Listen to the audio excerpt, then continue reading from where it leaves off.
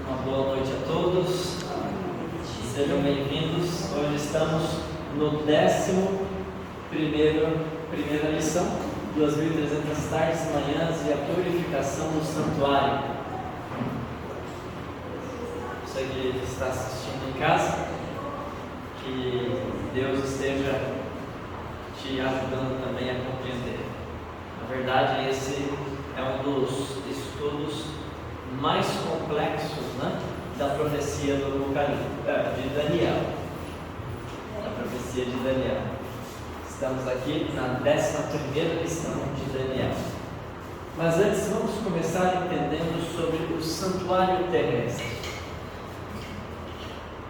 Acho que essa fonte baixou, né? Ela está meio.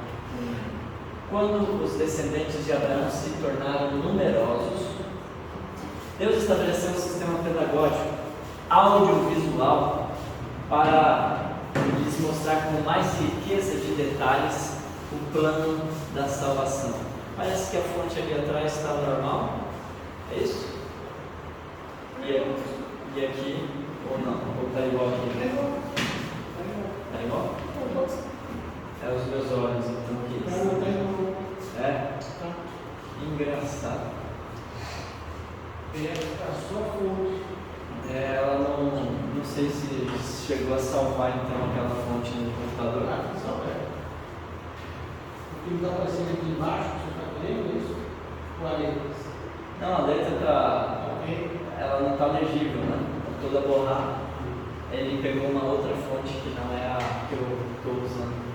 Mas tudo bem, vamos ter de fazer assim mesmo. Diz o verso 8 de Êxodo 25: E me farão um santuário, para que eu possa habitar no meio dele, segundo tudo que te mostrar para modelo do tabernáculo. Então Deus, Ele deu todas as instruções, todas as medidas para fazer o santuário no deserto e depois em Jerusalém, quando eles se estabeleceram lá. O que era o santuário? O santuário constituía de duas partes: do pátio e da tenda, ou tabernáculo. O pátio tinha 50 metros por 25 e o tabernáculo tinha 15 metros de comprimento, 5 de largura e 5 de altura. O pátio representava o ministério de Cristo aqui na terra. O que Cristo faria para nos salvar enquanto Ele estivesse vivendo aqui na terra. Por isso a congregação tinha acesso ao pátio, porque nós estamos aqui na terra e o pátio representava a terra, então todo o povo podia entrar no pátio do santuário. Agora, o altar do holocausto apontava para a cruz de Cristo, era um dos móveis que ficava no pátio, e ele ficava ali diante da tenda, e havia uma bacia de bronze com água para se lavar antes de entrar, antes de realizar os serviços sagrados e entrar no santuário. Isso ensinava que nós precisamos nos apresentar limpos diante de Deus, né? Antes de podermos ter acesso a Deus. E por simbolizarem eventos que se cumpririam na terra, o altar, a cruz, a bacia com água para se lavar apontava para o batismo de Cristo no Rio Jordão. Então, isso ficava no pátio, porque o pátio era o que Cristo faria por nós aqui na terra. Ele foi batizado na terra e morreu por nós aqui na terra. Agora, o tabernáculo era o que Cristo faria por nós no céu, após ressuscitar e voltar para o céu.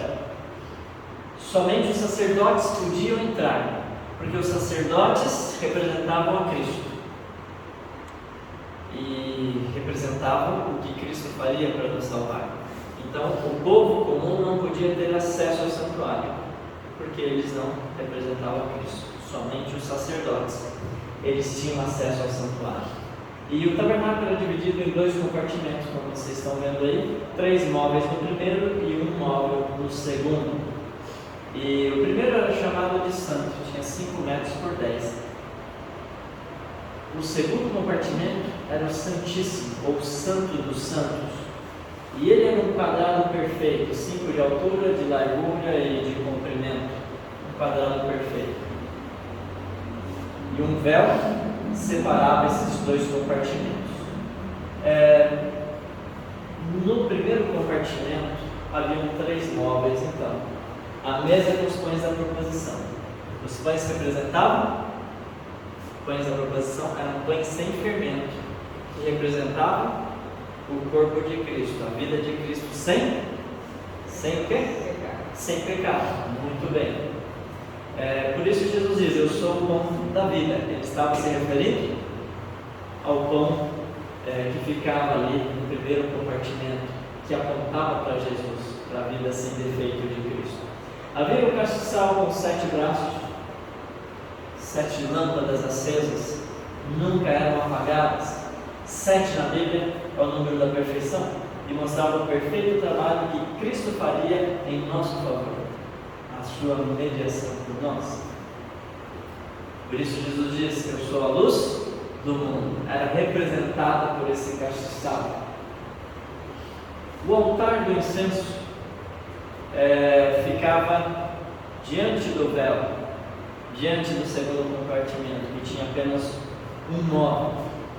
E ali o incenso era queimado, subia por cima do véu e descia dentro do segundo compartimento, que era a sala do trono de Deus, representava a sala do trono de Deus.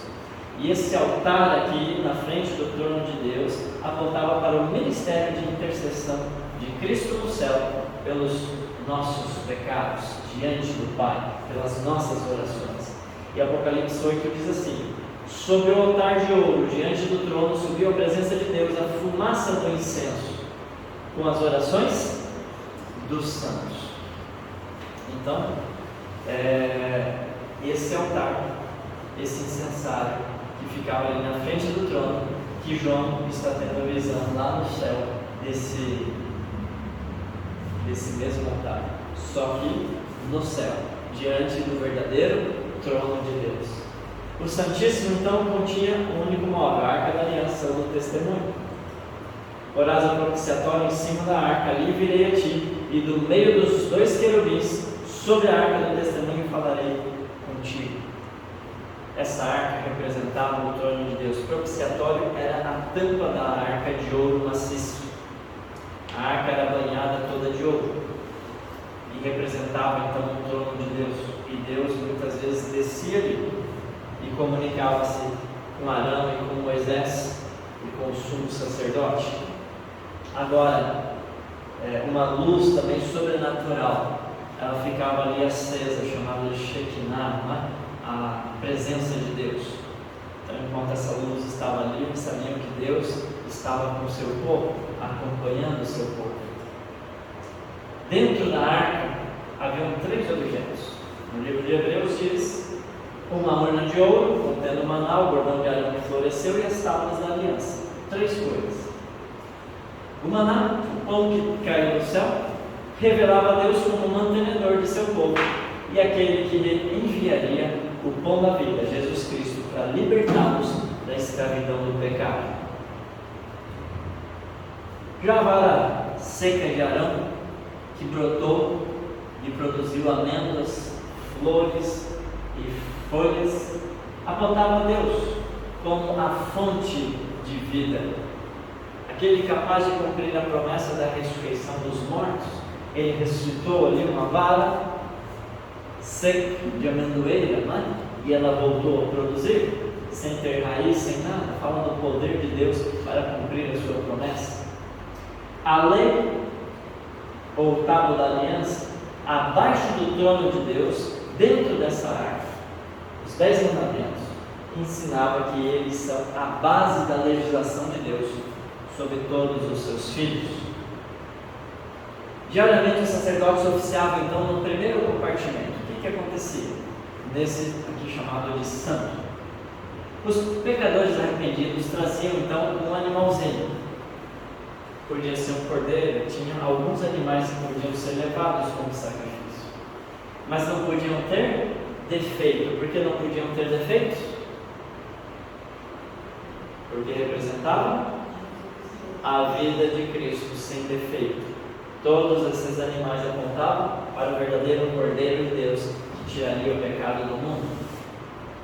E o pecador então colocava as duas mãos sobre a cabeça do animal, confessava seus pecados, que simbolicamente eram transferidos para o animalzinho. E o próprio pecador, ele então pegava o cutelo, uma faca afiada, para degolar o animal, ensinando que um dia aqueles seus pecados tiraria a vida do Cordeiro de Deus, que desceria do céu para nos salvar. Então, era o Evangelho ensinado através dos símbolos audiovisuais, não é? Eles viam, sentiam e entendiam, não é?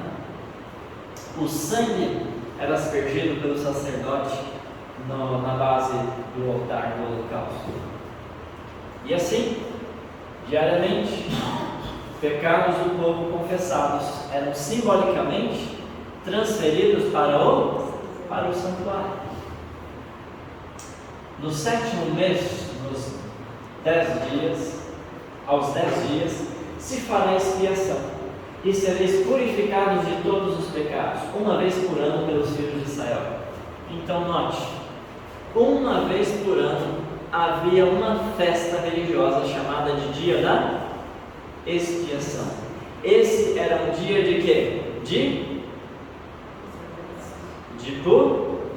purificação de pecados. Era um dia de purificação de pecados. Os pecados confessados durante o ano todo, acumulados no santuário, nesse dia eram então perdoados. O que acontecia nesse dia? Resumidamente, tinha muitas coisas que aconteciam, mas resumidamente, 2 bodes eram trazidos pelo povo, um para o Senhor, representando a Cristo, e outro para o bode emissário, ou Azazel. Essa cerimônia, ela descrevia o plano da salvação desde a cruz até a nova terra. Vamos entender. O sumo sacerdote degolava o bode que fora sorteado para representar a Cristo, apontando para a morte de Cristo na cruz. O sumo sacerdote entrava no santo, apontando para a primeira fase de Cristo, após ressuscitar e entrar na presença de Deus no céu. Então, o ofício nesse primeiro compartimento, que era diário, representava a primeira fase do ministério de intercessão de Cristo por nós diante do Pai. Por isso que o altar do incensário ficava nesse primeiro compartimento, que representa a mediação de Cristo por nossas orações. Depois ele entrava então no Santíssimo, apontando para a última fase de Cristo no santuário do céu, antes de voltar para a terra para buscar seu povo. E ali ele aspergia 7 vezes o sangue em frente do propiciatório. 7, sabemos, ao número da perfeição, da plenitude. Isso ensinava que o sangue de Jesus seria plenamente suficiente e capaz de perdoar de todos os nossos pecados. Por isso, 7 vezes molhava o dedo e jogava, molhava, espirrava, ali diante do propiciatório. Simbolicamente, o santuário era assim purificado, apontando para o fim do julgamento de Deus, quando ele voltará para buscar os seus filhos. O sumo sacerdote então saía do santuário. O santuário era o que Cristo faria por nós no céu. Sair do santuário era sair do céu e voltava para o pátio, que representava o quê? A terra. Então apontava isso para a segunda vinda de Cristo. E o que acontecia?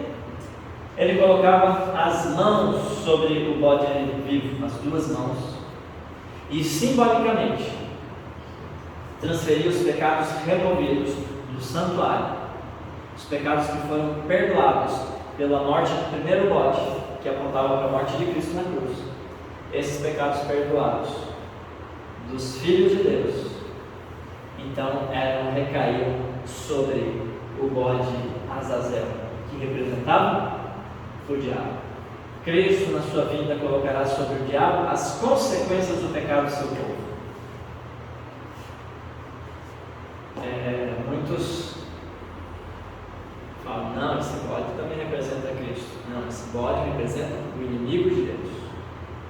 Esse bode não era sacrificado, porque ele não faria sacrifício expiatório. Quem fez foi o primeiro bode, que representava Jesus. Esse bode apenas vai pagar pelos pecados que ele levou o povo de Deus a realizar, e que foram perdoados pelo sacrifício de Cristo. Ele vai pagar e vai morrer para sempre, né? A pena de todos os pecados que ele levou a cometer.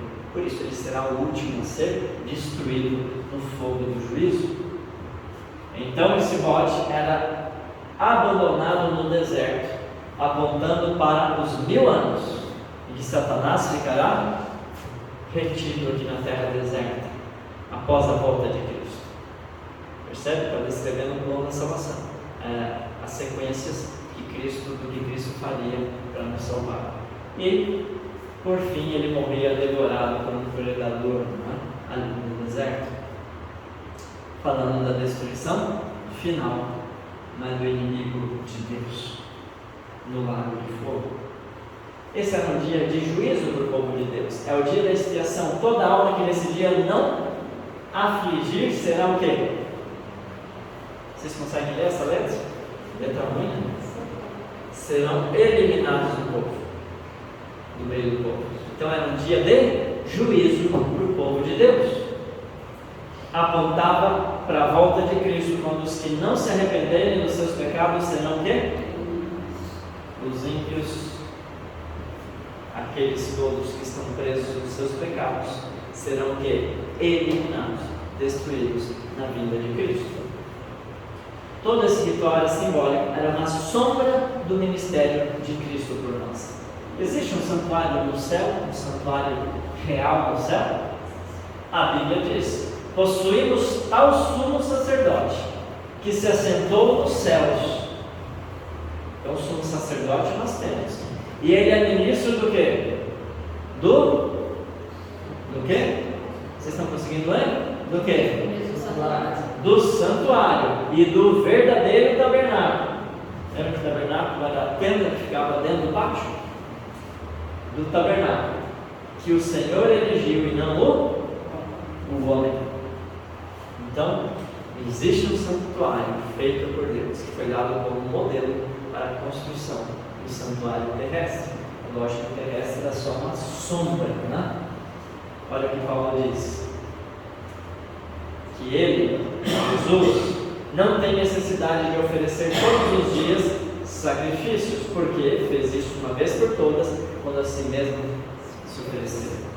Lá no santuário celestial não tem sacrifício de Cristo. Por quê? Onde ficava o altar do holocausto, que apontava para a cruz? No pátio. O altar apontava para o que Cristo faria por nós aqui na terra. O sacrifício de Cristo foi único e suficiente, e não precisa ser repetido como o de animais. Por isso pode salvar totalmente os que por ele se chegam a Deus, vivendo sempre para interceder por eles. O dia da expiação do santuário do céu. O dia da expiação era um dia de juízo e purificação dos pecados acumulados no santuário terrestre. O santuário do céu também precisa ser purificado? O que vocês acham? Precisa ou não? Tem algo que contamina o santuário celestial? Não? Vamos entender. Em Hebreus 9 diz: era necessário, portanto, que as figuras das coisas que se acham nos céus se purificassem com tais sacrifícios, mas as próprias coisas celestiais com sacrifícios a eles superiores. Então diz que as coisas celestiais devem ser purificadas com sacrifícios superiores às que sacrificavam, às que purificavam as figuras do que está no céu. Complicado, né? O que esse texto está querendo dizer? Vamos entender. O que eram as figuras daquilo que estava no céu? Porque Cristo não entrou em santuário feito por mãos, figura do santuário terrestre, feito por mãos dos homens, era só uma figura do verdadeiro, aquele que Cristo entrou como sumo sacerdote. Então, Cristo está como sumo sacerdote no verdadeiro santuário. O santuário terrestre era só uma figura que mostrava, não perfeitamente, a realidade do santuário celestial, onde Cristo ministraria por nós. E aqui diz Paulo: os sacerdotes ministram em figura e sombra das coisas celestes. Então o sacerdócio também era só uma figura do verdadeiro sacerdócio de Cristo, por nós. O santuário no verdadeiro santuário. Então o santuário terrestre e o sacerdócio terrestre era só uma figura que apontava para a realidade. Cristo no verdadeiro santuário. Então vamos ler agora com esse entendimento. Era, portanto, necessário que as figuras das coisas que se acham no céu. O que é a figura do que estava no céu? O santuário terrestre. Se purificassem com tais sacrifícios. Que sacrifícios que tinham no santuário terrestre? De animais. Mas as próprias coisas celestiais, como que é o santuário do céu, com os sacrifícios a eles superiores. Que sacrifício que purificaria o santuário do céu? O sacrifício de Jesus na cruz do Calvário. Então, resumindo, já traduzindo agora com os símbolos, era necessário, portanto, que o santuário terrestre se purificasse com os sacrifícios de animais, mas o próprio santuário celestial com o superior sacrifício de Cristo. E no verso 27 diz: aos homens está ordenado morrer uma só vez, vindo depois disso Jesus. Depois da morte, todos aguardam o dia do juízo, para determinar se ele morreu salvo ou se morreu perdido. Então, o santuário celestial também passaria por uma purificação. Mas purificado do quê? Boa pergunta, Antes de responder essa pergunta, se eu não responder, vocês me lembrem no final. O profeta Daniel, ele viu o início desse julgamento de purificação do santuário celestial. Olha como ele descreve. Daniel 7:25. Nós já até estudamos aí para trás, Falando do chifre pequeno, diz assim, verso 25: proferirá palavras contra o Altíssimo, magoará os santos do Altíssimo e cuidará em mudar os tempos e a lei, e os santos lhes serão entregues nas mãos por um tempo, 2 tempos e metade de um tempo. Vocês lembram o que é um tempo, 2 tempos e metade de um tempo? Alguém lembra? Não? É um período de quanto tempo? Olha só. Não. Essa a gente vai estudar hoje. Essa aqui você já estudar. Ao cabo de tempos, isso é de anos. Tempos equivalem a anos. Portanto, 3 tempos e meio mencionados aqui são 3 anos e meio. Um ano são 360 dias, porque eles usavam o calendário lunar e não o calendário solar. Isso foi ano 1500 depois de Cristo, mais ou menos, que passou para o calendário solar. Então, a profecia, ela usa anos de 360 dias. 3 anos e meio, multiplicado por 360, que cada dia vai dar quantos dias? Um período de 1260 1260 dias. É só uma recapitulação do que você já estudado. Como que se conta o tempo na profecia? 40 dias te dei, cada dia por um. Na profecia, e aqui Ezequiel é uma das chaves, tem outros, mas usei esse texto. Um dia equivale a um ano. Portanto, 1260 dias são um período de 1260 anos. Então, Daniel 7,25 está dizendo que a igreja falaria contra Deus, mudaria a lei de Deus e perseguiria os que permaneceram fiéis a Deus por 1260 anos. A igreja medieval. Isso foi do ano 538 até o ano 1798. 538, a igreja começa a dominar a Europa e todas as regiões que eram dominadas, o governo bizantino ali, o Império em Constantinopla, Império Romano, e a toda a Europa. 1798, a igreja medieval perde esse poder de dominar sobre as nações da terra, né? De ter o controle sobre reinos. Foi o período ali que ela dominou. E o verso 26, período que ela proferiu palavras contra o Altíssimo e perseguiu os que eram fiéis a Deus. O verso 26 diz: mas depois se assentará o tribunal para lhe tirar o domínio e destruir e consumir até o fim. Depois desse período de 1260 anos, ou seja, depois de 1798, que teria início o julgamento no santuário celestial. No fim desse julgamento seria tirado e destruído definitivamente o poder dessa igreja.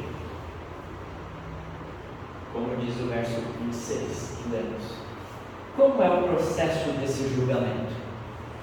O que será purificado no céu? Como será dada a sentença aos perdidos e aos salvos? Daniel 8, Satanás aqui ele ataca a verdade. Vocês já estudaram, acho que foi no último domingo. Há um combate entre o carneiro e o bode. Quem que o carneiro representava? Está no verso 20. Quem que o carneiro representava?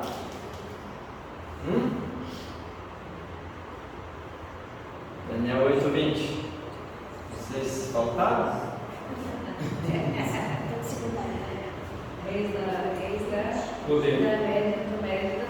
Os medos e os persas. É o domínio dos medos e persas. Quem o bode representava? A Grécia, que vence os medos persas, né? Então esses dois animais representavam a mudança de governo dos medo-persas para a Grécia. Daniel 8, verso 8, diz assim: o bode se engrandeceu sobremaneira e na sua força quebrou-se o grande chifre. Quem que é o grande chifre? O primeiro rei, que foi Alexandre o Grande.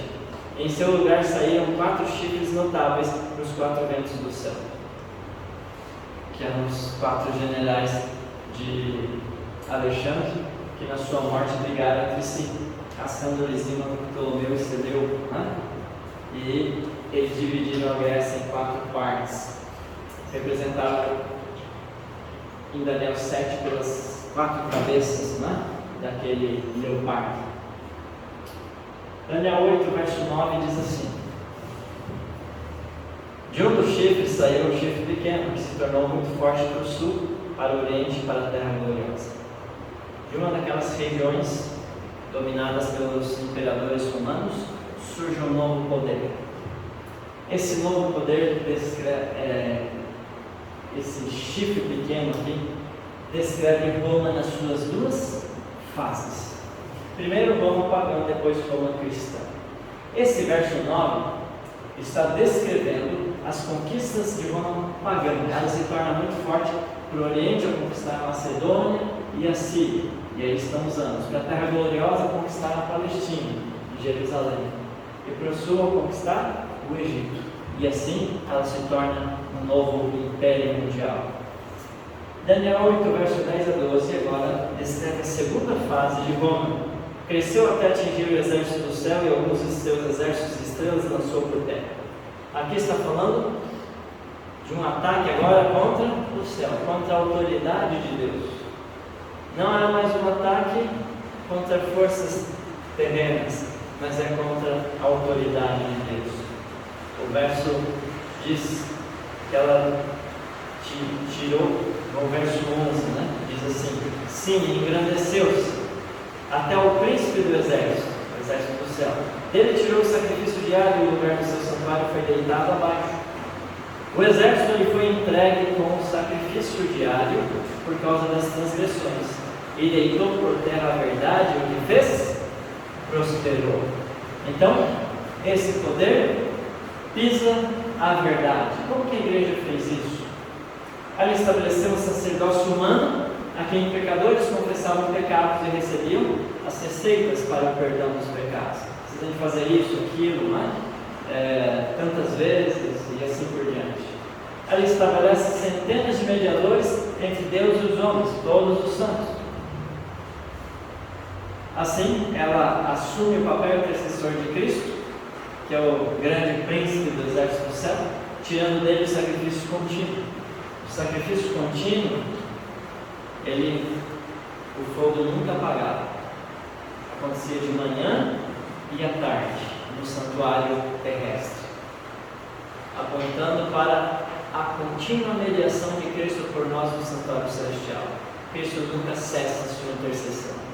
E esse sacrifício apontava para isso, e a igreja, ao colocar outros mediadores no lugar de Cristo, então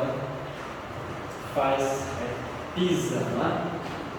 O papel de Cristo. Assim, ela deita por terra a verdade sobre o santuário celestial e o ministério mediador de Cristo por nós no santuário celestial.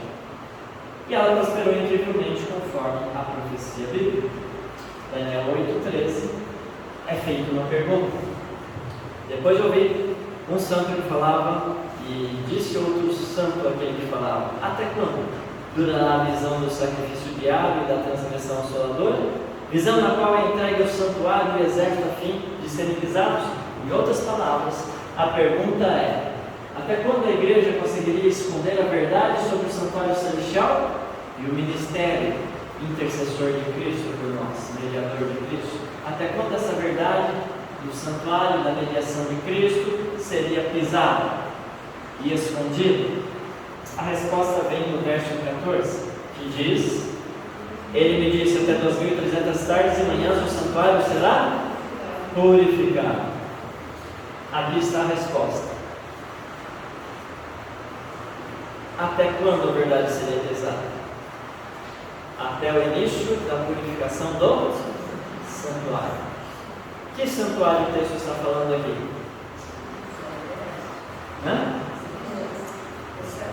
Do céu? Vamos ver então, Então, após 2.300 tardes e manhãs, que equivalem a 2.300 dias, é a mesma linguagem de Gênesis 1. Foi tarde e manhã, primeiro dia, tarde e manhã, o segundo dia. Tarde e manhã, na Bíblia sempre se refere a um período de 24 horas, de um dia completo. A tarde é o período da noite e a manhã é o período claro, como na criação. Então, no final desse período, começaria o dia da expiação, ou da purificação e julgamento do santuário celestial. Porque o dia da expiação era um dia de purificação e julgamento. E tudo que acontecia no santuário terrestre apontava para o que Cristo faria no santuário verdadeiro, no santuário celestial. Então, o dia da expiação aconteceria no céu. Isso coincidiria com a redescoberta dessa verdade por tanto tempo escondida pela igreja. Deus levantaria um povo na terra que redescobriria a verdade do santuário de Cristo como único mediador e começaria a pregar que existe um santuário no céu onde Cristo está mediando por nós e Ele começou a obra de juízo por nós. Essa visão, lá em Daniel 8,17, diz que se referia ao tempo do fim, a visão das 2.300 tardes e manhãs. E aqui diz que Daniel até ficou o quê? Doente, porque ele não conseguia entender a visão. O verso 27 diz assim: eu, Daniel, enfraqueci, estive enfermo alguns dias. Então me levantei e trazia os negócios do rei. Espantava com a visão e não havia quem a entendesse. Que parte da visão ele está? Ficou sem entender. A visão da tarde da manhã mencionada no verso 26. A visão da tarde da manhã que foi dita é verdadeira. Preserva a visão, porque se refere a dia dos muitos. Daniel, ele não entendeu a visão das duas vezes. Todo o resto foi explicado. O bode, os dois chifres, o carneiro dos dois chifres, o meio da neve está perto. O bode com o chifre grande é a Grécia. O chifre grande é o primeiro rei, que vai ser quebrado no máximo do carneiro. Isso pegou tudo. Chegou nas 2.300 tarde de manhã, você disse? Está muito para frente. Você não vai receber essa explicação. Capítulo 8 é interessante. Ele tem duas palavras que são usadas aqui para visão. Nesses primeiros versos aqui, é a palavra azon, ou razão, com a H, tá? No hebraico, se não me engano, não pronuncia assim como é. Seria azon. E quando fala das 2.300 tardes de manhã, no verso 26 e 27, ele usa uma outra palavra para se referir à visão das 2.300 tardes de manhã.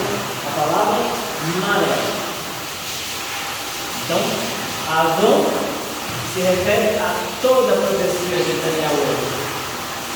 Maré, a visão das 2.300 tardes de manhã. Ok?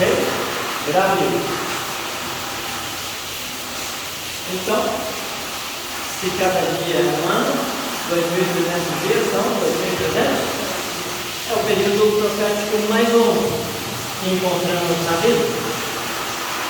Daniel agradeceu porque ele não entendeu porque o santuário só podia ser purificado após 2.300 anos, se essa é uma cerimônia anual importante. Quando Daniel escreve, o santuário de Israel está destruído. Eles estão no cativeiro da Babilônia. Jerusalém está destruído. E quando Deus dá a visão, ele pensa que é o santuário não, lá de Jerusalém. E ele fica doente. Por quê? Vai demorar tanto tempo para voltar a ter esse importante festa de purificação dos santuários e perdão dos pecados do povo de Deus. Por quê? Vamos entender quando começaram esses 2.300 anos. Daniel 9 agora. Daniel está orando desde o verso 1, é uma oração de Daniel. O verso 2 ou 3 ele começa a orar. E ele vai falando o que ele orou. Ele vai pedindo pelo santuário de Israel, pelo perdão do povo de Deus que acontecia no santuário. E diz, o verso 21 e 23. Vamos lá. A 23. Diz assim. Falava eu digo. Falava ainda na oração, quando o homem Gabriel tinha observado, na minha visão, ao princípio, veio rapidamente voando e me tocou a hora do sacrifício da tarde. Ele queria instruir-me, falou comigo e disse: Daniel, agora saí para fazer me entender o sentido. No princípio das coisas públicas saiu a ordem. Eu vim para te declarar, porque é muito amado. Considera pois a coisa e entende a visão. Entende a visão. Ele fala da visão a princípio, no verso 21. É a visão do capítulo 8. O homem Gabriel é o anjo Gabriel. Você leu o capítulo 8? O anjo Gabriel que deu a visão do capítulo 8. E foi ali que explicar a visão para Daniel. E agora ele aparece aqui no capítulo 9, para fazer Daniel entender a visão. Lembra? Azon se refere ao quê? O que Azon se refere? Azon se refere à visão de todo o capítulo. Azon. Imará se refere ao quê? As 2.000, especificamente as 2.200 artes. No verso 21, a minha visão ao princípio. Ele usa a palavra Azon, em referência a toda a visão do capítulo 8. Era o mesmo anjo que aparece agora, para fazer entender, como diz lá no verso 22, sair para fazer entender. Verso 26, entende a visão. Qual a palavra que Daniel usa? Alegre. Que se refere a que parte da visão? 2.300 sardas do mundo. O que o anjo vai explicar para Daniel aqui no capítulo 9, a partir do verso 23, é a parte que Daniel não entendeu da visão. Os 2.300 anos. Ok? Verso 24. 70 semanas são determinadas sobre o teu povo, sobre a tua santa cidade, para fazer cessar a transgressão, para dar fim aos pecados, para expiar a iniquidade, para trazer justiça eterna, para selar a visão e a profecia, e para medir o santo dos santos. Vamos entender. A palavra determinada, 70 semanas estão determinadas, é a palavra hebraica Shatá. E ela não foi traduzida, porque o sentido é cortar, dividir, amputar. Esse é o sentido dessa palavra. Então, 70 semanas estão cortadas ou separadas. Separadas 70 semanas. O que é 70 semanas? Aqui em Levíticos temos uma profecia. 7 semanas de ano, os dias das 7 semanas de ano serão 49 anos. Na profecia, uma semana equivale a quanto tempo? Quanto tempo? 7 anos. Por quê? São 7 semanas. A semana tem 7 dias, correto? 7 vezes 7 dá 49 dias. Que são 49 anos, são dias proféticos.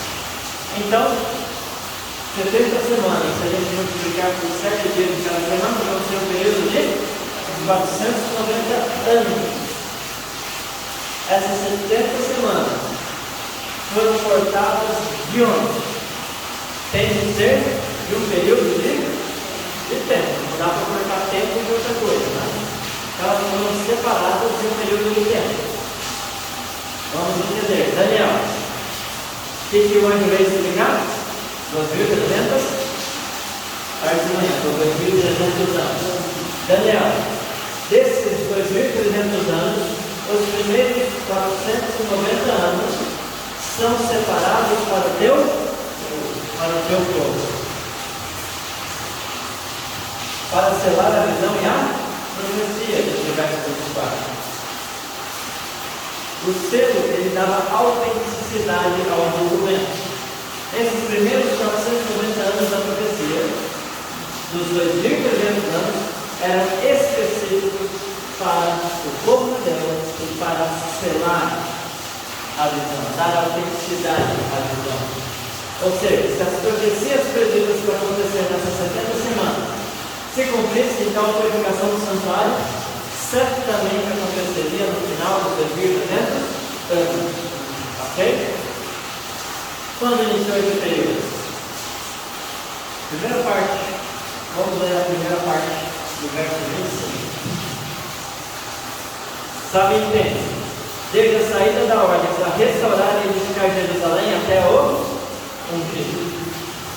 Quando saísse a ordem para o povo judeu voltar para Jerusalém e reconstruir a cidade, então, e as praças, então começaria a marcar o período dos 2.300 anos.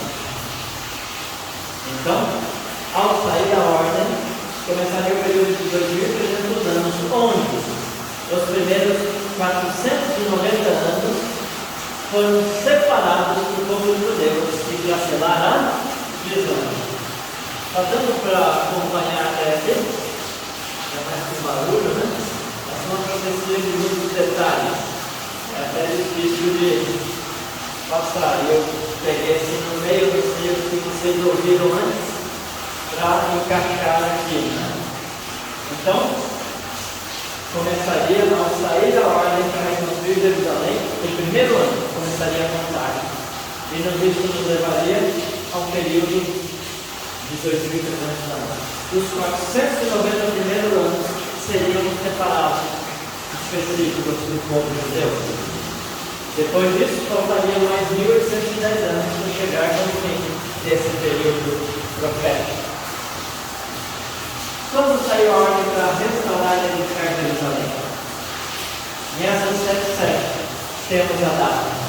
Subiram a Jerusalém alguns dos filhos de Israel no 7º ano do rei Artaxerxes. Aqui no seu 7º ano, ele faz um decreto autorizando a reconstrução de Jerusalém. A data está marcada. Isso foi em que ano? Ano 457 a.C. Isso nos leva o fim dos 2.300 anos para o ano 1854 depois de Cristo. Porque antes de Cristo a contagem é regressiva. É o ano 457, 456, 455, 300, 200, 100, 1. Daí começa a contar depois de Cristo. 1 depois de Cristo, 2, 3, 100, 200. 1854 termina o período de 2.300 anos. Mas para isso acontecer, a profecia das 70 semanas teria de se cumprir, selando a visão. Ou seja, para que em 1854 começasse a purificação do santuário celestial por Cristo, precisava o quê? Cumprir as profecias das 70 semanas para selar a visão. Então vamos lá, ano 457 começou a profecia. Isso nos leva ao ano 1854. Cristo morreria dentro desse período, nasceria e morreria dentro desse período profético. Vamos ler o verso 25 então. Sabe, entende? Desde a saída da ordem para restaurar e edificar Jerusalém até o ungido ao príncipe, 70 semanas, ou melhor, 7 semanas e 62 semanas. As praças e as circunvalações se reedificarão, as em tempos angustiosos. Então, note, de 457 até o ungido, passariam 7 semanas. Depois passariam mais 62 semanas. Somando 7 com 62 dá 69 semanas. Primeiros 483 anos chegaria ao Messias, iria até o Messias. 7 semanas mais 62 semanas chega ao Messias. Isso de um período de 70 semanas. Então o Messias chega no início da última semana, da 70. Veja. Ele chegaria no início dos últimos 7 anos. Mas quem que é ungido? A palavra ungido no hebraico quer dizer Messias, e no grego quer dizer Cristo. Por isso o nome diz, achamos o Messias, que quer dizer Cristo. Messias no hebraico, Cristo no grego. Jesus Cristo, Cristo não é sobrenome de Jesus, é a função de Jesus, ele é o Messias. Então, essa profecia, a última semana, começaria com o surgimento do Messias, com o ungido, com a aparição do ungido. Então, passaram 69 semanas, ou 483 anos. Começando o ano 457, esses 483 anos nos levam ao ano 27, onde Cristo deveria ser o quê? Ungido. Cristo deveria ser ungido. Quando que Jesus foi ungido? Você sabe? Em Atos diz, depois do batismo, Deus ungiu a Jesus com o Espírito Santo e com? Quando o Espírito Santo desce sobre Jesus, que foi o ocasião do batismo, Jesus é ungido. Então, Jesus tem ter sido para cumprir a profecia ungido no ano 27. Como sei que isso aconteceu no ano 27? Porque Lucas registra todos os governantes. Aqui a gente está falando um resumo. No 15º ano do reinado de Tibério César, ao ser todo o povo batizado, também foi Jesus. Lucas aqui ele faz questão de mencionar o ano do governante, quem era o sumo sacerdote, ele dá vários detalhes para que a gente tenha a data precisa. Isso aconteceu no 15º ano de Tibério César, foi o ano 27 depois de Cristo. Ou seja, a profecia se cumpriu com missão, com exatidão. Após 7 semanas, mais 62 semanas, chega o Messias, no ano 27 depois de Cristo. O que Jesus disse após o seu batismo? O tempo está? Que tempo que ele cumpriu? O tempo para ser ungido. Ele é ungido no ano exato que estava marcado na profecia. O tempo profético de Daniel 9, verso 25, se chegou o Messias. Ele foi ungido no ano que ele precisava ser ungido. Olha só que impressionante a precisão da profecia. Resumindo o livro da século, sai da carta de Artaxerxes no ano 457. Começa nos 2.300 anos e também coincide com o início dos 490 anos, que era o início da profecia. Nas primeiras 7 semanas tem a reconstrução de Jerusalém, as circunvalações, os muros de Jerusalém são construídos. Passa mais 62 semanas e chega o ano 27, onde Jesus é batizado por João. Profecia cumprida. O que ocorreria nessa última semana, os últimos 7 anos, separados do povo judeu? Daniel 9:27 diz que ele faria firme aliança com muitos. Ele quem? O ungido. Ele faria firme aliança com muitos por uma semana. E quando Jesus veio, diz o relato lá em Mateus, tomou Jesus um pão dizendo, isto é meu corpo. Tomou um cálice dizendo, isso é meu sangue, o sangue da nova aliança, derramado para a remissão de pecados. Então, nessa última semana, separada do povo judeu, Jesus ele faz uma aliança com todos aqueles que o aceitaram. Jesus entra em aliança. Mas dito o verso 27, na metade da semana, metade de uma semana é 3 anos e meio, fará cessar o sacrifício e oferta de manjares. O que aconteceu na metade dessa semana? Exatamente, após 3 anos e meio do seu batismo, da sua unção, Jesus, o Cordeiro de Deus, morre na cruz, fazendo cumprir a lei cerimonial, cessando os sacrifícios e as ofertas que aconteciam no santuário de Israel. isso perdeu o significado. Porque agora o verdadeiro Cordeiro, para qual tudo isso apontava, morreu na cruz, e ele assumiria o verdadeiro sacerdócio no verdadeiro santuário. Por isso, diz o texto, Jesus, clamando outra vez com grande voz, entregou o Espírito. E o que aconteceu? O véu do santuário se rasgou em duas partes, de alto a baixo. O véu separava o primeiro do segundo compartimento, que ninguém podia ver o segundo compartimento senão morrer. Quando Jesus morre, aquele véu rasga de cima para baixo, mostrando que tudo aquilo que aconteceu no santuário terrestre perdeu a validade, porque agora o verdadeiro santuário entraria em ação.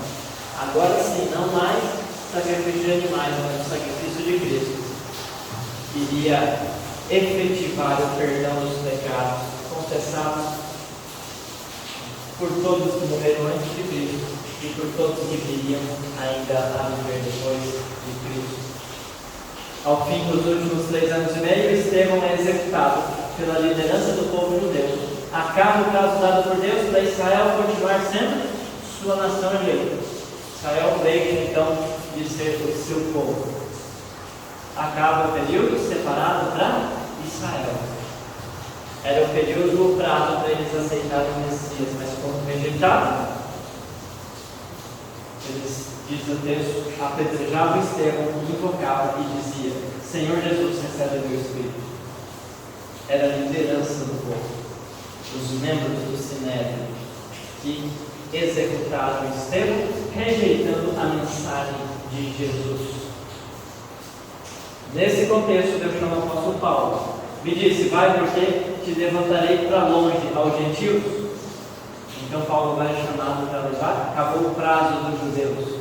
Agora Deus tinha pressa que o mundo entendesse que Jesus também era o Salvador deles. Resumindo, 457 saiu de Efésia de Artaxerxes. Passa as primeiras 7 semanas, Jerusalém é reconstruída. Mais 62 semanas, veio o batismo de Jesus no ano 27. No metade da semana, ano 31 depois de Cristo, acontece a morte de Jesus. E daí passa mais meia semana, mais 3 anos e meio, ano 34, Estevão é apedrejado, terminando o prazo para que Israel continuasse sendo um povo eleito de Deus. Hoje a salvação deles é igual a de qualquer nação. Eles não são mais o povo de Deus. Isso passou para o Israel espiritual, a igreja de Deus na terra. Por que esses eventos selariam acontecer dos 2.300 anos? Porque se Cristo não morresse na cruz, nossos pecados por nossos pecados não haveria necessidade de purificação do santuário, porque todos já estaríamos perdidos, não haveria salvação, não haveria necessidade de purificação. Portanto, ao fim dos 2.300 anos, em 1854, teve início o dia de expiação no santuário celestial, que era um dia de julgamento e purificação do santuário. Isso foi no dia 22 de outubro de 1854. Cristo começa a última fase antes de voltar para buscar os seus filhos. Estamos nos momentos finais desse julgamento. É interessante quando a gente lê os 2 últimos versos de Daniel 9, eles estão em paralelos. A primeira parte do verso 26 equivale à primeira parte do 27, a segunda com a segunda parte. Depois das 62 semanas será morto ungido e já não estará. Ele fará firme aliança com muitos por uma semana. Na metade da semana fará cessar o sacrifício e oferta de manjares. Ele tem ungido, faria firme aliança com muitos por uma semana e na metade faria cessar com a sua morte. Então, essas partes se equivalem. Agora, olha que interessante a parte final desses versos. E o povo de um príncipe que há de vir destruirá a cidade e o santuário. O seu fim será no dilúvio, e até o fim haverá guerra, desolações são determinadas. Sobre as asas das abominações virá o assolador. Quem que é o Salvador? O príncipe que há de vir. Até que a destruição que está determinada se derrame sobre ele, sobre o santuário. O príncipe viria para destruir a cidade do santuário. E o verso 27 diz, repete isso. Ele viria, ele é chamado de destruidor. Ele destruiria a cidade do santuário. Jesus se refere a essa destruição. Nós não vamos ler, mas ele fala, lembra do que diz o abominável lá em Daniel, a desolação abominável, e ele diz, naquele dia, aqueles que estão em casa, fujam, saiam da cidade, porque vai vir o abominável da destruição. Ai das que estão grávidas, e orem para que a fuga não se dê nem no inverno, porque lá caía neve no inverno em Jerusalém, e nem no sábado. Essa destruição de Jerusalém, predita por Daniel e referida por Cristo, ela se cumpriu no ano, não sei se é 70 ou 71 depois de Cristo. Ou seja, Jesus está pedindo para o seu povo, a igreja cristã, que aceitou a sua mensagem, para estar em oração, para que a fuga não se desse no sábado, porque seriam pegos despreparados, porque eles estariam reunidos para adorar a Deus. E uma invasão no sábado tornaria muito mais difícil a vida deles, e no inverno também, né? Fugindo da neve. Vamos para Lucas 21, vamos ler esses versos aqui para irmos finalizando. Lucas 21.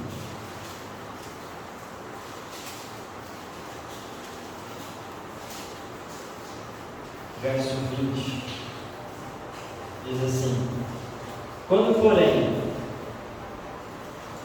vir de Jerusalém sitiada de exércitos, sabei que está próxima a sua devastação.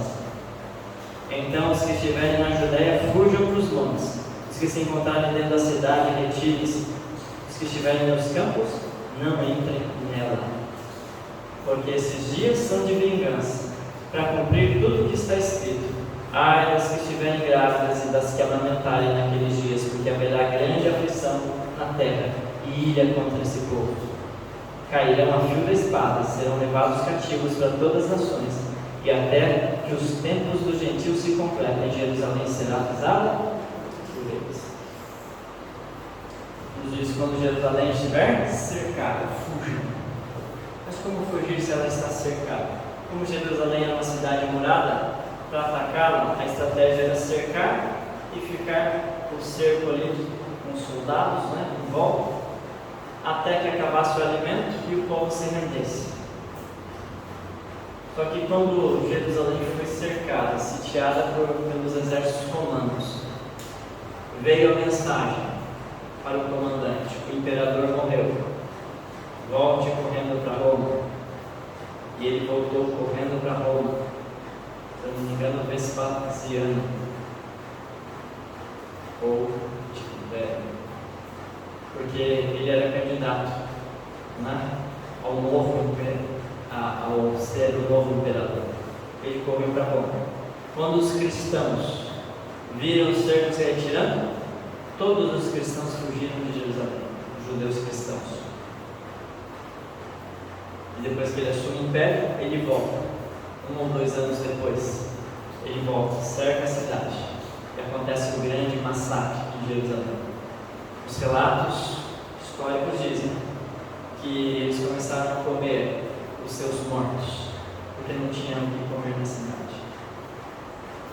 E antes de se render, eles matam todas as mulheres e as crianças para não serem abusadas pelos soldados. Que coisa terrível. Eles rejeitaram Cristo, rejeitaram a mensagem de Cristo que poderia salvá-los.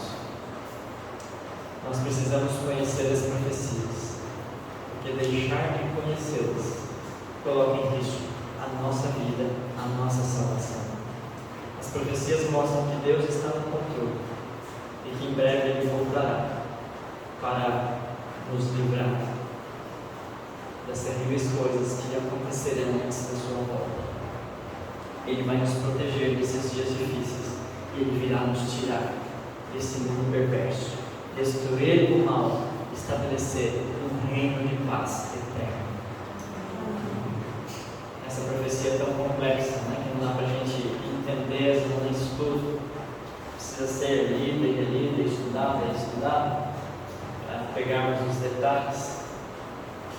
Ela mostra para nós que Deus está no controle e Ele tem uma agenda. Ele tem todos os eventos marcados na agenda divina e Ele cumpre passo a passo cada etapa da sua agenda. Jesus cumpriu todas elas e Ele está na última fase antes de voltar para esse mundo. Breve Jesus voltar. Precisamos estar preparados para esse grande dia. Vamos orar?